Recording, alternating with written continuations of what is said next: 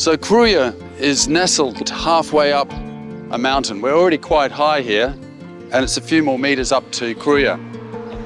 And it's from this fortress that Skanderbeg, against overwhelming odds, was able to defend his castle against 3 major sieges from the Ottomans. It never fell while he was in charge.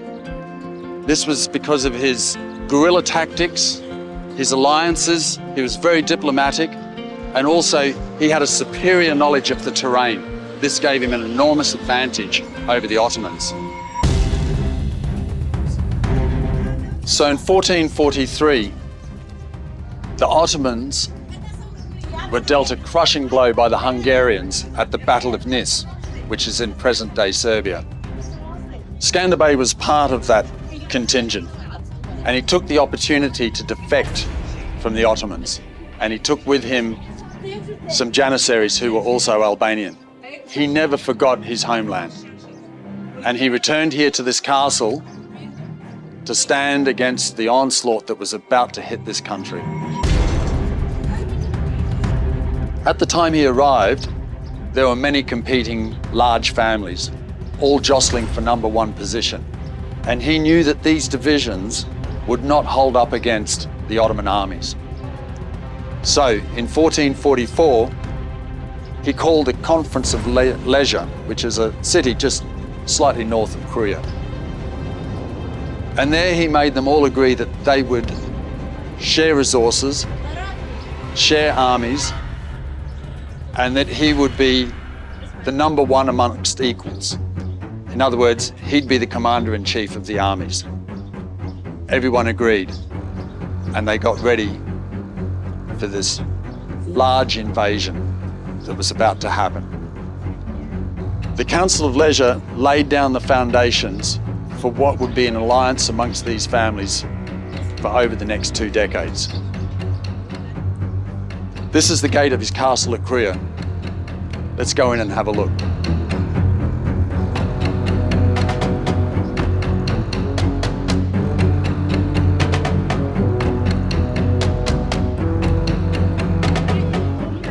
So from 1444, the Conference of Lezha, up until 1450,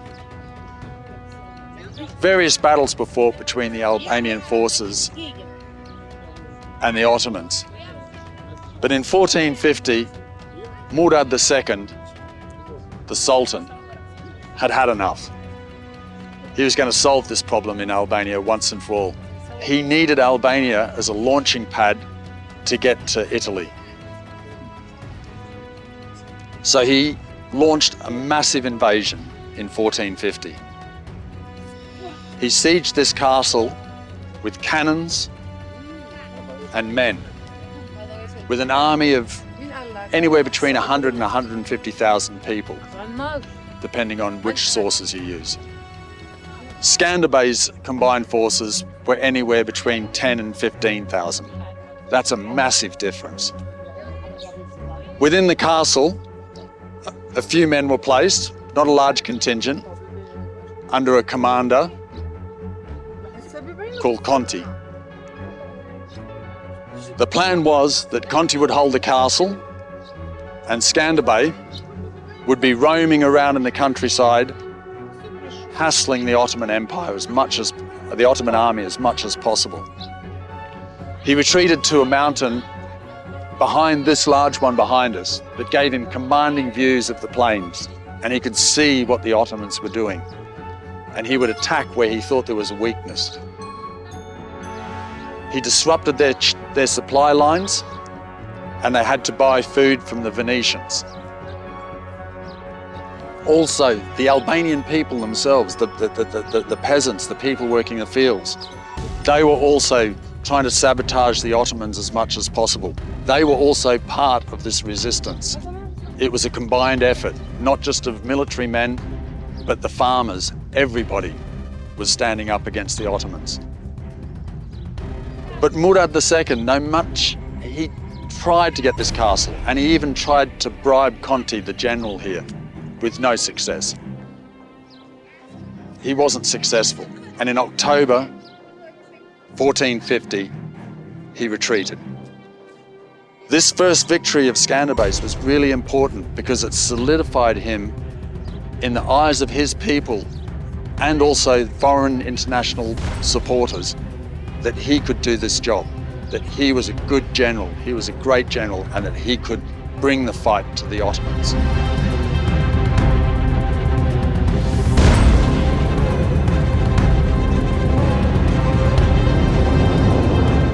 So soon after Murad II retreated, he died.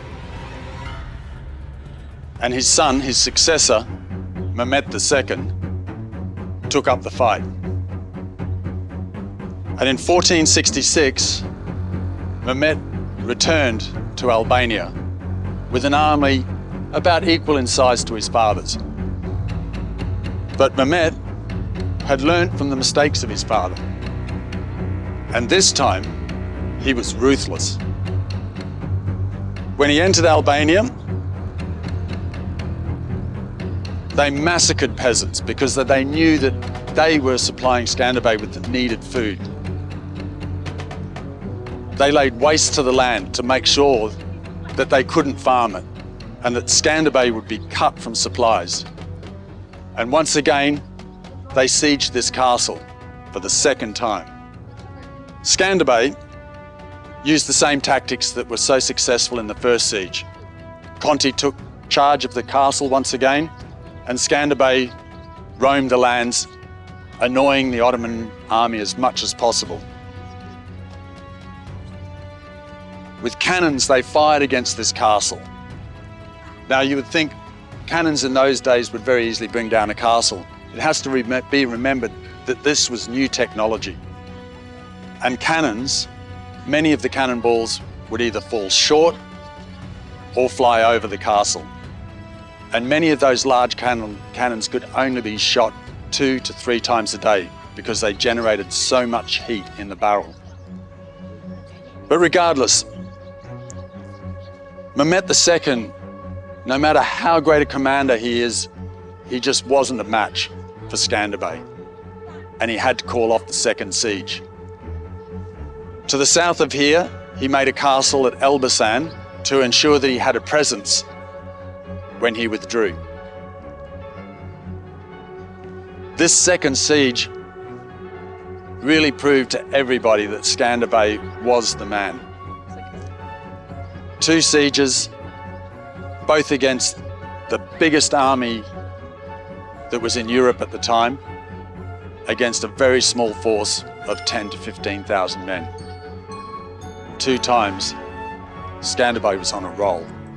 Inside the castle walls, the museum offers a detailed account of Skanderbeg's life, his battles, and the historic sieges that took place here. In 1467, Mehmet II launched a third offensive against Kruja, hoping to crush the Albanian resistance. Despite Albania's exhaustion and limited resources, the castle held, and Skanderbeg's hit and run tactics kept the Ottomans at bay. Though some aid arrived from European allies, it wasn't enough to shift the balance. By year's end, disease and shortages forced the Ottomans to withdraw. Skanderbeg's third victory came at great cost. He died shortly after, in 1468, and Albania stood exposed to future Ottoman invasions. With Skanderbeg's death, Kruja was severely weakened, and the Ottomans launched their final siege on this castle and was successful in 1478. Without his leadership and being worn down by continual sieges by the Ottomans, the Albanians had no chance of holding this very important strategic position. And this marked the beginning of centuries of rule of the Ottomans in this area of the Balkans. Yet Skanderbeg's legacy lives on. His courage, loyalty, valor, strategy, and patriotism has inspired generations. And with such virtues, it's no wonder that he is Albania's national hero. Yet most enduring of all is his banner, the double-headed eagle on a red background, which became Albania's national flag.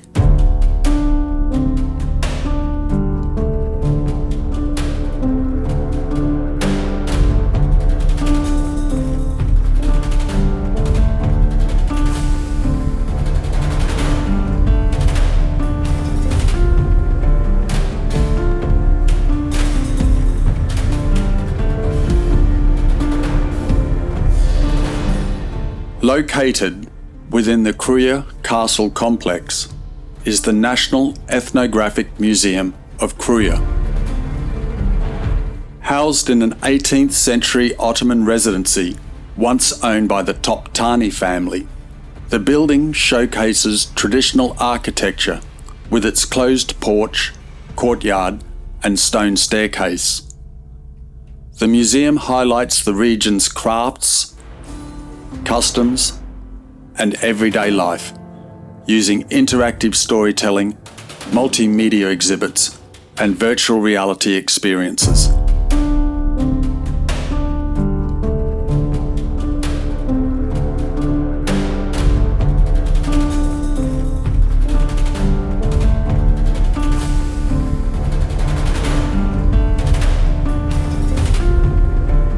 While the legend of Skanderbeg and his castle gives Krüja much of its fame, another tale adds to the city's rich history, that of Sari Saltik, an Islamic Sufi of the mystic Bektashi order. To further explore his legendary story, I follow the well-marked road leading to the mountain above Krüja. For those on foot, a scenic trail offers a rewarding 1-hour climb to the top.